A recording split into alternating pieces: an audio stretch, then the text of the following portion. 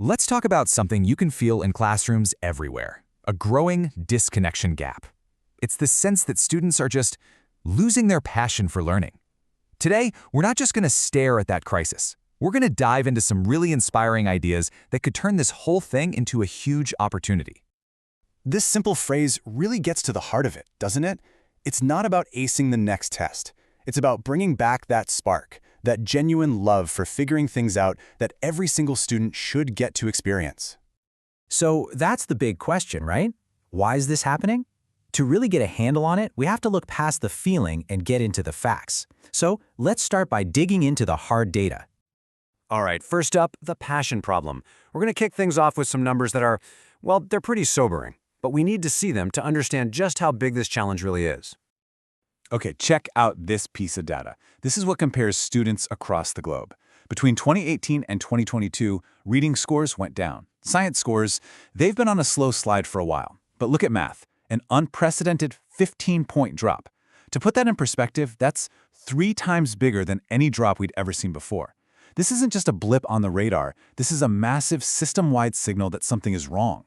And if the test scores are the head, this next number, well, this is the gut punch. Research from Professor Jennifer Fredericks points to up to 60% of students showing signs of disengagement.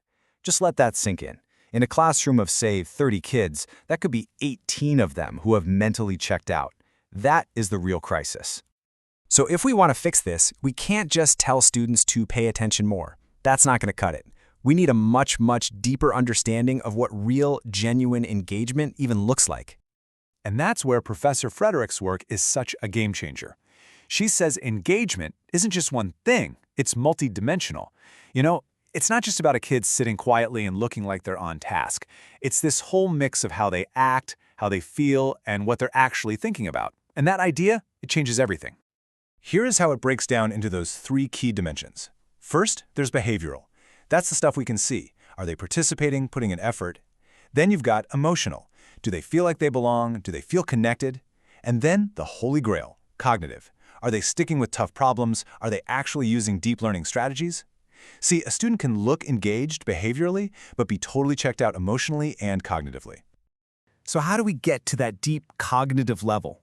Well, Professor Mickey Chi gives us this amazing framework called ICAP, which I like to think of as the ladder of learning. At the bottom, learning is passive, just listening. You climb a rung, it becomes active. Maybe you're underlining things, repeating facts. But the real magic happens on the top 2 rungs. Constructive, where you're explaining ideas in your own words. And at the very top, interactive, where you're debating, co-creating things. The whole challenge for educators is helping students climb that ladder. And the key to climbing that ladder, the fuel for that climb, it all comes down to one powerful word: agency. So, how do we stop students from being passive passengers in their education and turn them into the actual drivers? This comparison from Erica Tuani just lays it out so clearly. On one side, you have the factory model, which is, believe it or not, about 300 years old. It's all about passively receiving information and then regurgitating it for a test. On the other side, you have the autonomous model, which is built around fostering curiosity through student-led projects. The old model can literally crush curiosity. The new one runs on it. And this isn't just some vague concept. There's a practical blueprint for it. It all starts with students setting their own goals. From there, they explore what they already know, they do their own research, and then, and this is so important, they have to create something to explain what they've learned. Then they share it, and finally, assess their own work. It's a full cycle of ownership, and that's what builds that deep, lasting understanding.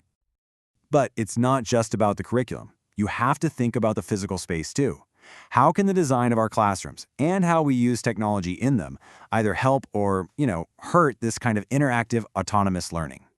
Educator David Lopez has this absolutely brilliant term for the old school setup: the battle station. You can picture it, right? The teacher's desk just piled high with a computer, a document camera, a tangle of cables. It physically tethers the teacher to the front of the room. It creates a barrier, and it turns the teacher into more of a lecturer than a coach. The alternative? He calls it the power zone. By untethering the tech, think about using a tablet that connects wirelessly to a display. The teacher is suddenly free. They can move around the entire room, observe what students are doing, give feedback right on the spot. They become a facilitator in the middle of the action, not a commander at the front of the room. But, okay, even with the best frameworks and the smartest tech, there's one more piece to this puzzle. And honestly, it might be the most important piece. All of these tools, all of these strategies, they're really just in service of something much more fundamental: simple human connection. Dr. Caroline Gentle's research points out that so much disengagement really comes from weak social bonds.